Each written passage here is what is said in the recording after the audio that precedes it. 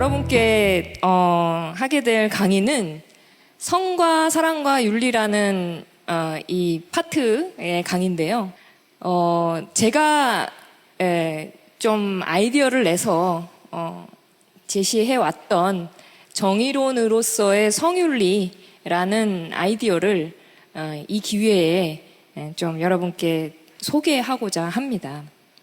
성이란 무엇이다, 자고로 성이란 무엇이다 라는 담론으로부터 그러니 우리가 이렇게 성을 이렇게 행해야 된다라는 식의 이런 흐름을 목적론이라는 이름 하에 묶어봤는데요. 성이란 것은 출산 혹은 자손 번식의 욕구이다. 종족 번식의 욕구이다.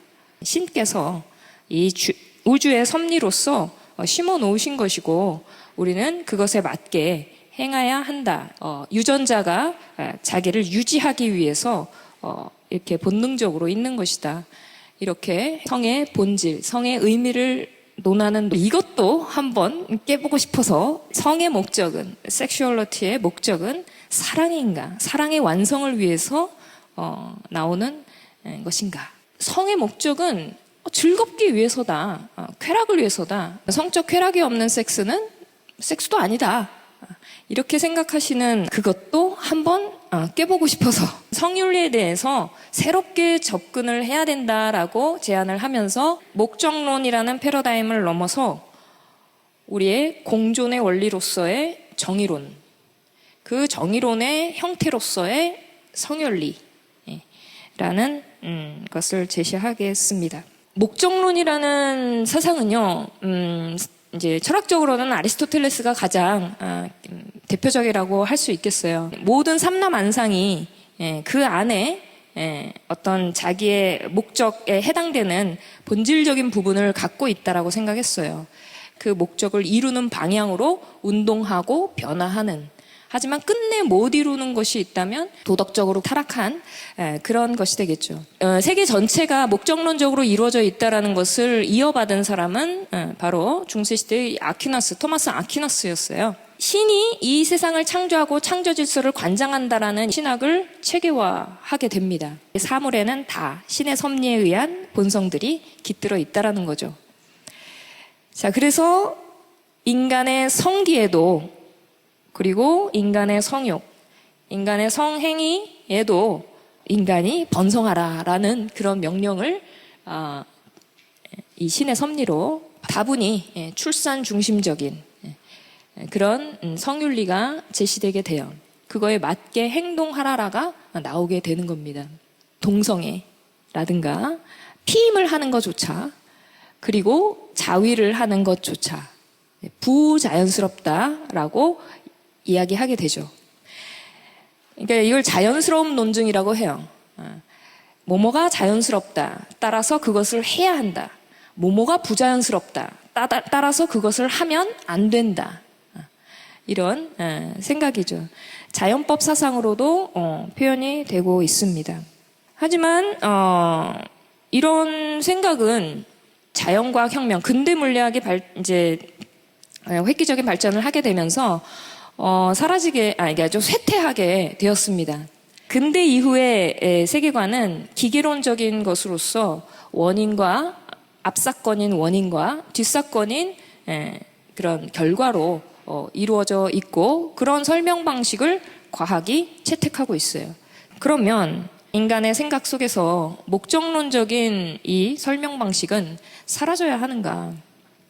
그렇게 보이진 않아요. 인위물 혹은 인위적 제도, 이런 경우에는 우리가 목적론을 여전히 필요로 합니다.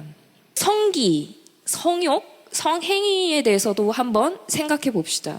우리가 봤을 때는 성기는 자연물에 속해요.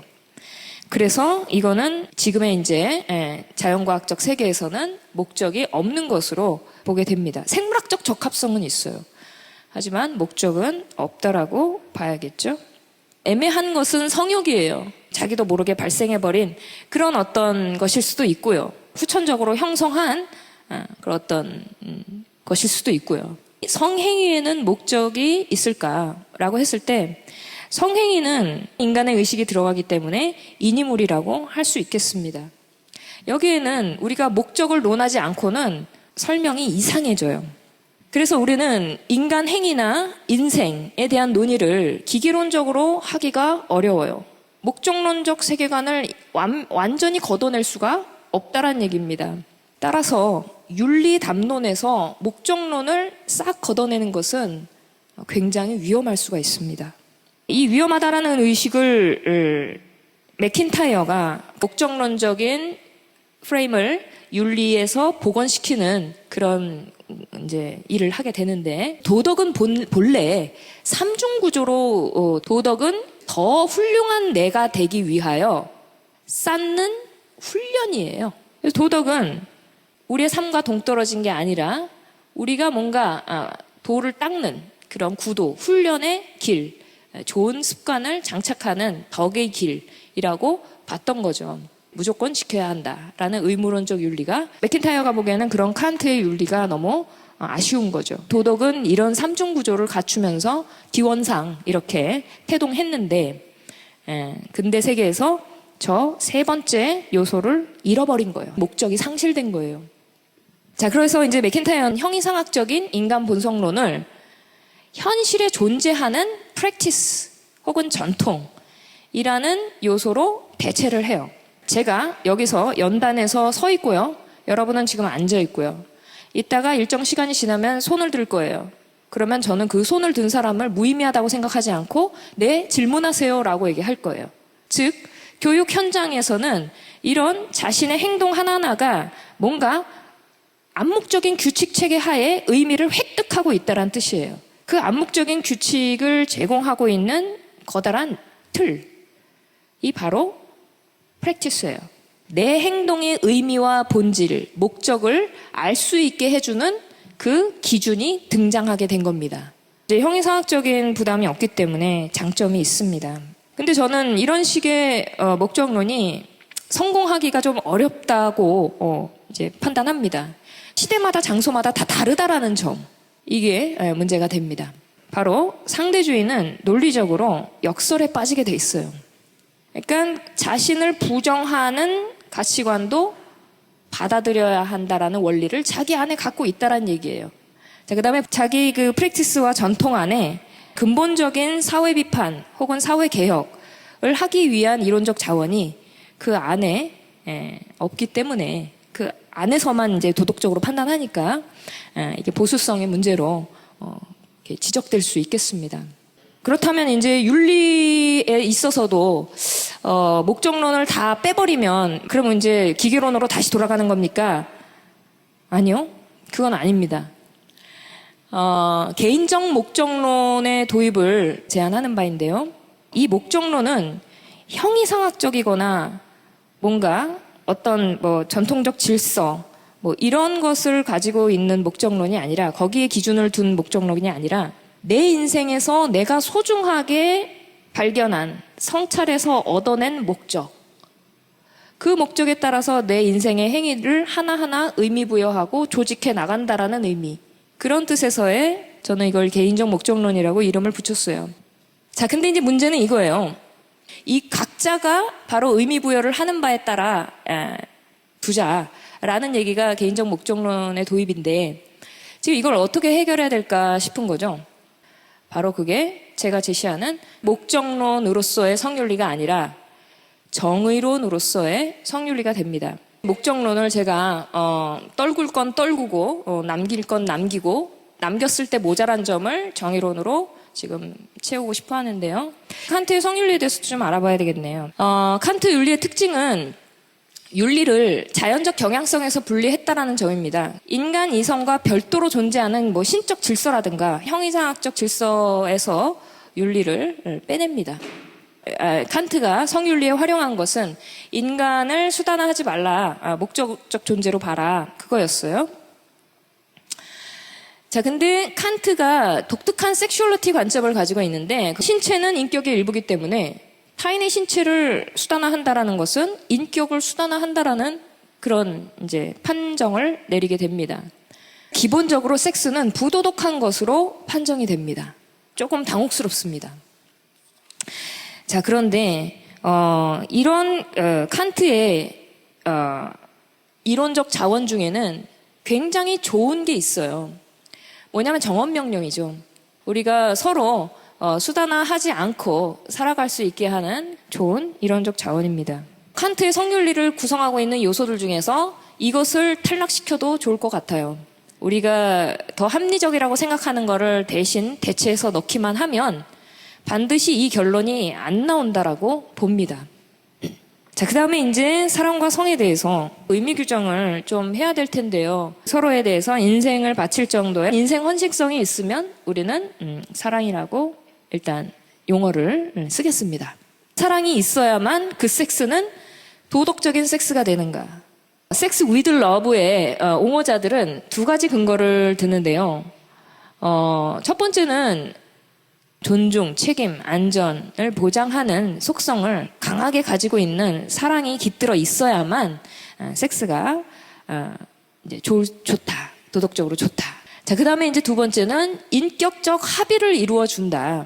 그래서 섹스에 사랑이 없으면 인격이 그러니까 파편화된 채로 그렇게 존재하게 된다. 라는 거죠. 사랑 없이 섹스를 하는, 캐주얼한 섹스를 하는 사람들끼리는 통합이 이루어지지 않고 분절된 서로 고독한 개인으로서 상대방과의 관계도 파편화될 뿐더러 내 자신의 인격 안에서도 뭔가 몸과 마음이 분리된 그런 느낌을 가질 수 있겠죠. 그 상태에서 섹스 위다웃 러브는 당연히 부도덕하죠. 섹스할 때의 마음은 결국 사랑을 하는 마음이어야 한다라는 게 깔려버린 거죠. 사랑이 있는 성이 모두에게 그야말로 본질적으로 이상적인 아이디어란 성인가? 라고 이제 되묻고 싶어요. 사랑이 섹스라는 것에 본질적인 연결관계가 있어서 섹스라는 것을 본성상 탁월하게 만들어주는 그런 가치는 아니라는 거예요. 스크루턴이라는 이제 현대 철학자가 인간에게서 벌어지는 성적인 정신 현상, 성욕이라는 정신 현상을 봤더니 사람의 의미의 망이 나와서 뭔가 대상에게 의미 부여를 하면서 이제 성욕의 현상이 일어난다라는 거죠. 서로 주고받았던 그런 의미의 어떤 역사라든가, 그래서 형성된 나의 의미의 망이 그 사람의 신체에 대한 나의 정신 현상을 일으킨다라는 겁니다. 성적 쾌락이 친밀감, 그리고 이제 단독의 관계로 들어가게 되는 그 사람하고만 성욕을 나눈다는 사랑의 상태로 가게 된다라는 겁니다. 거기에 이르지 못하는 많은 성적인 프랙티스들을 도덕적으로 비판하게 됩니다. 스크루턴이. 저는 이제 반론을 좀 하고 싶은데요. 첫 번째는 그 관계가 독특하다라는 거는 인정을 하겠어요. 그러나 그게 그 사람하고만 내가 성을 나눠야 된다라는 관계의 유일성을 이끌어내지는 못하죠. 두 개념은 다릅니다.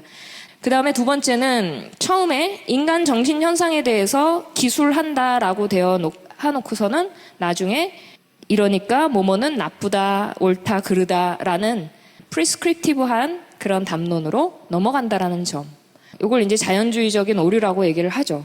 마지막인데 쾌락과 성에 대해서도 골드만이라는 철학자가 플레인 섹스라는 논문을 썼어요. 논문에서 이제 이야기하는 바가 뭐냐면은 목적에 해당되는 가치들은 사실은 섹스와 내재적 관계가 아닌데, 즉 외제적 가치인데 자꾸 이거를 연결시키려고 했다. 그래서 내가 제대로 섹스를 규정해 주겠다. 라고 하면서 이제 쾌락이라고 이야기를 하게 됩니다.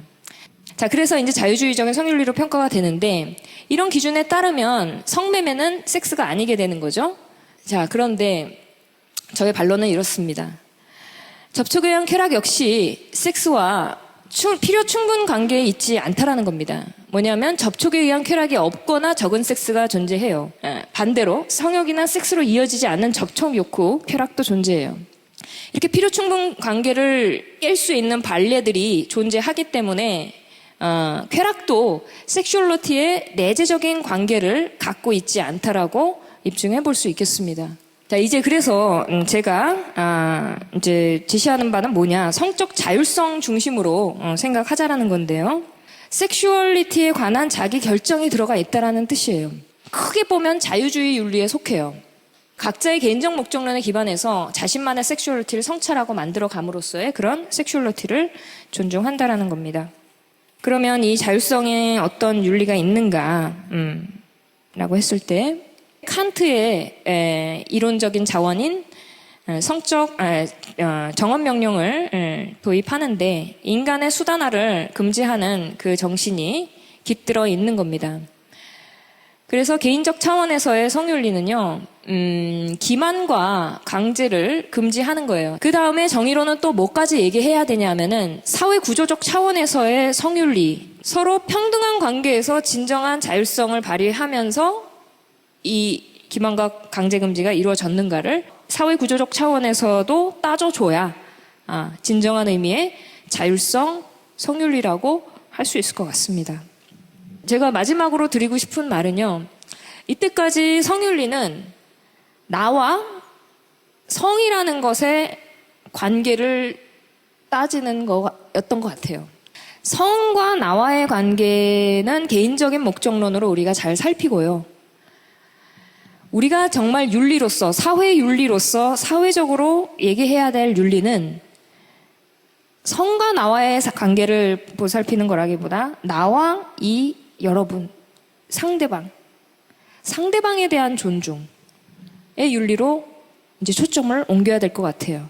우리가 성에 대해서 조심하고 배려하고 성을 잘 다루어야 하는 것은 성 자체가 그렇기 때문이라기보다 우리에 대한 존중 때문이다. 그리고 우리에 대한 존중을 잘 하기 위한 아주 기초적인 공존의 원리로는 정의의 윤리가 들어오는 것이 좋겠다.